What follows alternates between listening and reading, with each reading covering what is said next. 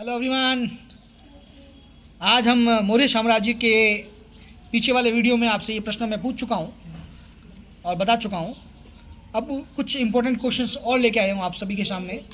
मौर्य साम्राज्य का दूसरा हिस्सा लेके आया हूँ मैं। इसमें आपको अशोक के बारे में जानकारियाँ, अशोक के धम्म और उसके बारे में हम प्रश्न करेंगे। देखते हैं अब आगे क्या कौन से क्वेश्चन हैं। आप इन्हीं क्वेश्चनों को ध्यान से देखिएगा। सभी ये क्वेश्चन आपके कंपटीशन एग्जाम में बड़े उपयोगी हैं।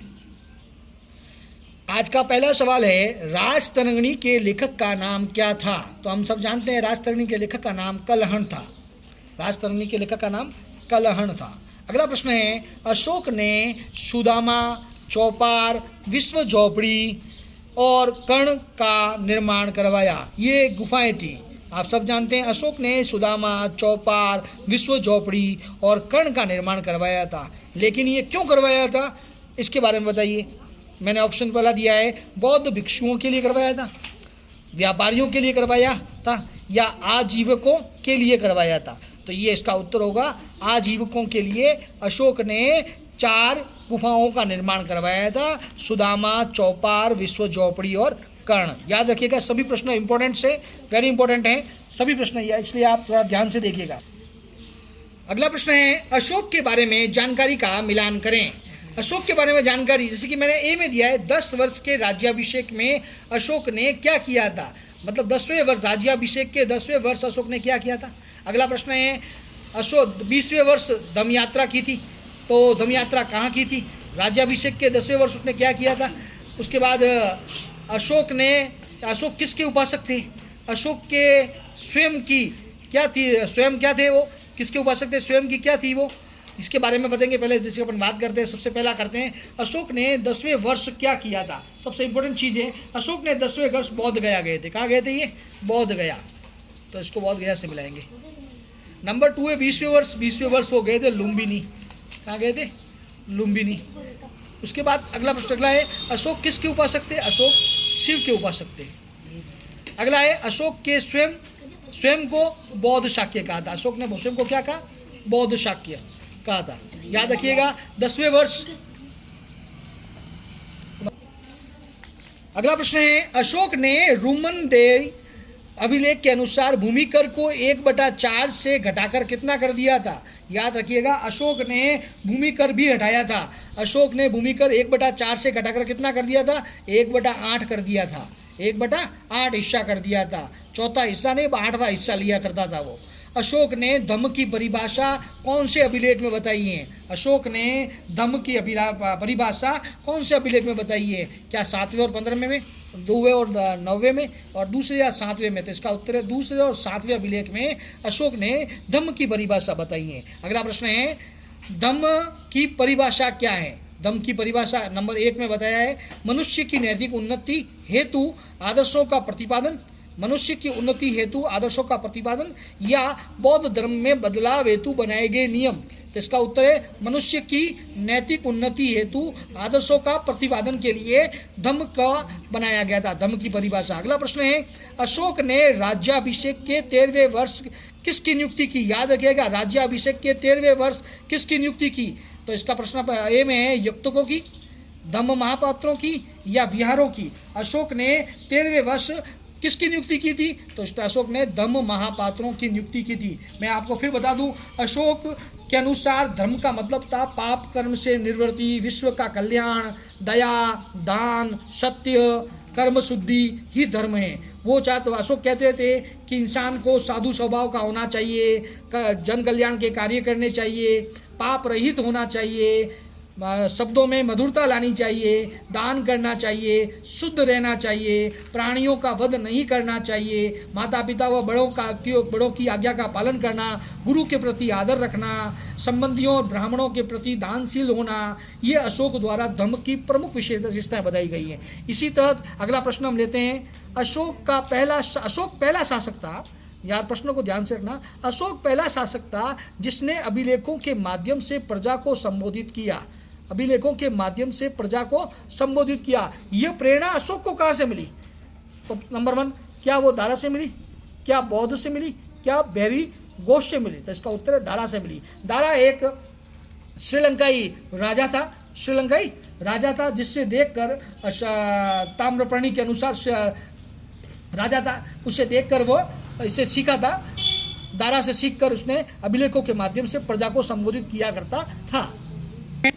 अगला प्रश्न, अशोक के अधिकांश अभिलेख कौन सी भाषा में लिखे गए हैं? हालांकि अशोक ने ब्राह्मी और खरोष्टी में दोनों में लिखे हैं, लेकिन अधिकांश अभिलेख ब्राह्मी भाषा में लिखे हुए हैं। याद रखिएगा, हालांकि दोनों में लिखे हुए हैं, लेकिन बहुत ज़्यादा अभिलेख ब्राह्मी भाषा में ही लिखे गए हैं।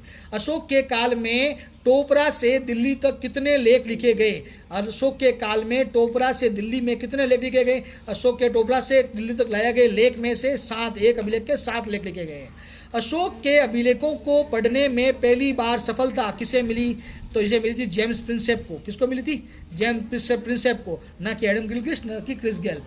जेम्स प्रिंसेप को सफलता मिली। वेरी इंपॉर्टेंट है ये क्वेश्चन, आपके याद रखिएगा। अगला प्रश्न है, अशोक ने किस राजा से प्रभावित होकर देवान प्रिय की उपाधि धारण की? किस राजा से प्रभावित होकर, मैं तो फिर बता रहा हूँ, कौन से राजा से प्रभावित होकर वह देवान प्रिय की उपाधि धारण की? देवान प्रिय, याद रखिएगा, कौन सा राजा था? तो राजा तिस था, राजा घोष था, या राजा बोस था? तो इसका उत्तर है राजा तिस के से प्रभावित होकर अशोक ने देवान प्रिय की उपाधि धारण की थी। अगला प्रश्न है, अशोक के पुत्र का नाम, जो वेरी इजी क्वेश्चन है, शायद आप बहुत अच्छी तरह से जानते हैं। क्या नाम सोमेंद्र था, जोगेंद्र या महेंद्र? तो इसका उत्तर था महेंद्र। अशोक के पुत्र का नाम महेंद्र था। अगला प्रश्न है, अशोक ने कितने वर्ष तक शासन किया? That is a very important question, very important. Ashok ने कितने वर्ष तक, क्या 35 वर्ष तक उसने शासन किया, 40 तक या 45 वर्ष? तो इसका उत्तर है 40 वर्ष तक अशोक ने शासन किया। अशोक की मृत्यु कब हुई? तो ये तो वेरी इजी क्वेश्चन है, 232 ईसा पूर्व में अशोक की मृत्यु हुई। अगला प्रश्न है आपके, अंतिम मौर्य सम्राट कौन था? क्या वो कुणाल था, बृहदत्त था या वीरसेन था? अंतिम मौर्य शासक बृहदत्त था। कौन था? बृहदत्त। अब मैं आपको बता दूं, बृहदत्त अंतिम शासक था। हालांकि अशोक के बाद ऐसे 50 वर्ष तक मौर्य साम्राज्य चलता रहा, लेकिन कोई ऐसा इंपॉर्टेंट राजा नहीं था जिसने मौर्य साम्राज्य की बागडोर संभाल सके। कई राजा आए और गए और उनको हार का भी सामना करना पड़ा। मौर्य साम्राज्य इस 50 वर्ष के अंतराल में पतन की ओर चला गया। धीरे धीरे मौर्य साम्राज्य खत्म होता गया और उसका अंतिम सम्राट बृहदत्त को कहा गया। बृहदत्त अंतिम सम्राट कहलाता है मौर्य साम्राज्य का। अब अगला प्रश्न है, बृहदत्त का ब्राह्मण मंत्री कौन था? यहाँ से एक नए वंश की शुरुआत होती है, इसलिए ये इंपॉर्टेंट क्वेश्चन है। बृहदत्त का ब्राह्मण मंत्री कौन था? वीरसेन, पुष्यमित्र या भोजराज? तो इसका उत्तर है पुष्यमित्र था, जिसके पुष्यमित्र ये प्रधानमंत्री था। और बृहदत्त के बाद इसी ने सत्ता हासिल की और सत्ता हासिल करने के बाद पुष्यमित्र शुंग और शुंग वंश की स्थापना हुई। ये राजा बना, मौर्य साम्राज्य की समाप्ति हुई और शुंग वंश की शुरुआत हुई। इसीलिए ये इंपॉर्टेंट क्वेश्चन है। अगला प्रश्न, मौर्य काल में केंद्रीय प्रशासन में अर्थशास्त्र के कितने भागों का उल्लेख किया गया है? मौर्य काल में केंद्रीय प्रशासन में अर्थशास्त्र के कितने विभागों का उल्लेख है? क्या 18, 20 या 22? इसका उत्तर है 18 विभागों का उल्लेख किया गया है। 18 विभागों का वर्णन किया गया है। अगला प्रश्न है 39 क्वेश्चन टोटल मिला के। मौर्य काल में तीर्थ का मतलब होता है अर्थशास्त्र के विभाग। तीर्थ का मतलब होता है अर्थशास्त्र के विभाग। याद रखिएगा, में के अध्यक्ष को क्या कहते थे? मौर्य काल में तीर्थ अर्थशास्त्र के विभाग के अध्यक्ष को क्या कहते? अध्यक्ष का पूछ रहा हूं मैं। क्या महामात्र कहते थे, अमात्य कहते थे या मंत्री कहते थे? इसका उत्तर है महामात्र कहते थे। अमात्य अलग है, मंत्री अलग है। अगला प्रश्न है, मौर्य काल में राजस्व एकत्र करने वाले अधिकारी को क्या कहते थे? मौर्य काल में राजस्व एकत्र करने वाले अधिकारी को क्या कहते थे? मौर्य काल में राजस्व एकत्र करने वाले अधिकारी को क्या कहते थे? महामात्र, समाहर्ता या सन्निधाता? याद रखिएगा, राजस्व एकत्र कौन करते थे? राजस्व एकत्र करने का कार्य समाहर्ता को था। याद रखिएगा, सन्निधाता का काम था कोषाध्यक्ष। सन्निधाता का मतलब क्या था? कोषाध्यक्ष था। और महामात्र तो मैंने आगे से बता चुका हूँ, ये था अर्थशास्त्र के विभाग का अध्यक्ष कहलाता था। समाहर्ता का काम था राजस्व को एकत्र करना। मौर्य काल में हालांकि बहुत सारे अलग मंत्रियों का वर्णन भी किया गया है, मैं आपको इसके बारे में भी बता देता हूँ। जैसे कि मौर्य काल में सीता अध्यक्ष,